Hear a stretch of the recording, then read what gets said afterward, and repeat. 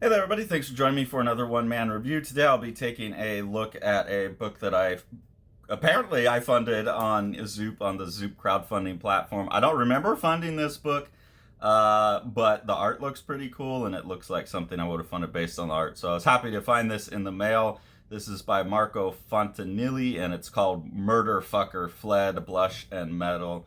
Flesh, Blood, and Metal, not Flood Blush. Flesh, Blood, and Metal. $10, 18 only, mature audiences only, and this is not approved by the Comic Code Authority. This book, like, content-wise, is way out of my interest area in just, like, purposely being kind of edgelord, brutal stuff, but the artwork in it is fantastic, and I'm assuming that's why I originally looked at it. It's pretty cool that it's got a soundtrack up front and a lot of really good heavy metal, death metal bands in there. Power Trip, Cannibal Corpse, Obituary. Some of these ones I haven't heard of, but for someone that likes metal music and aggressive music, that's also fun. And you can see right out the gate that, you know, those bands, like the lyrics and stuff, have that same thing. Like a Cannibal Corpse album. I don't really listen to Cannibal Corpse, but I like the music, but the lyrics are a turn off for me. Same thing for like 6 Feet Under or any of the. Yeah, here's the 6 Feet Under. You got Megadeth, Pantera, fuck yeah, Pantera, Suffocation, Metallica, Anthrax. So you got like all of the greats from the late 80s, early 90s, Suicidal Tendencies, Napalm Death, Carcass, all kinds of cool bands in here. So I like that. But yeah, I mean, this is in keeping with that. If you're gonna make something that's metal, then you just have like this roided out guy beating the shit out of zombies, which is what this is. This is, as I get older, I think I would have really liked this when I was younger. Like the art alone would have sold it, and all the violence I would have thought was fun and funny. As I get older, I start to think, yeah, there's no real reason to be making work like this. Like I would never censor anyone or say someone shouldn't do this, but you know, like what you put out in the world kind of, I don't know, like that's just putting this out and then people are going to consume it, and those things just trade around and these things stay in the world. I would rather see content that pushes the world towards like a place that I want to live in. But like I said, the art is phenomenal. So here we have this guy listening to his metal tape. This comic's pretty much all silent except for like the sound effects, the burp, the chomp chomp. Grows all these veins. Obviously, this book is all about just drawing gnarly veins everywhere and guts. But love the way that the veins are drawn. Super love this face on the stomach, like gargling in there and burping. And the action in the art all throughout is really awesome. Like I really like this here where the guy's winding up his arm, and then like it's got the video game punch meter, and then he's got the punch loaded and just splashes through everyone. So in terms of that, you know, this is like 13-year-old me reading Stephen Platt's Prophet. You know, it's just like veins and buff guys and violence and shit blowing up. There's some genitals. When the characters talk, they don't use words. There's pictures in there. You know, so he's calling someone a dick. And you know, that's a fun trick. I've seen that in a couple other books I reviewed lately.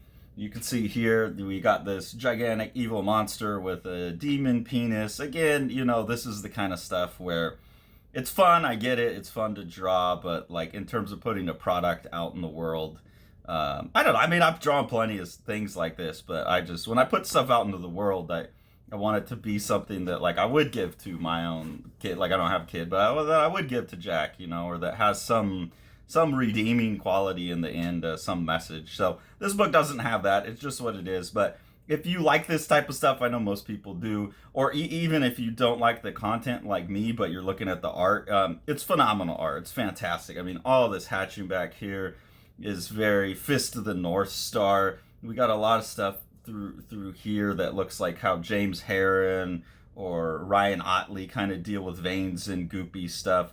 Really love the way that the tones are used. So yeah, stoked by the art. The story's just silly. It's not for me, but this is a visual delight book anyways. So I would recommend this for, I think pretty much anyone that watches the channel would enjoy this just for the art at least. But yeah, that's a pretty simple review, and make up what you will of it. See if you can still get yourself a copy. I don't even know because it was crowdfunded on Zoop. Oh, the other thing I will say is I had two books now printed by Zoop. or three, but two that are printed in black and white. Matt Lesniewski's Faceless and Family, and I'll say publicly, it really irritated me that that book came out looking so poor. The print quality on that book was so poor. It especially irritated me because, like, I know we had talked to Matt about, and I know Sean had given him some tips about preparing the artwork.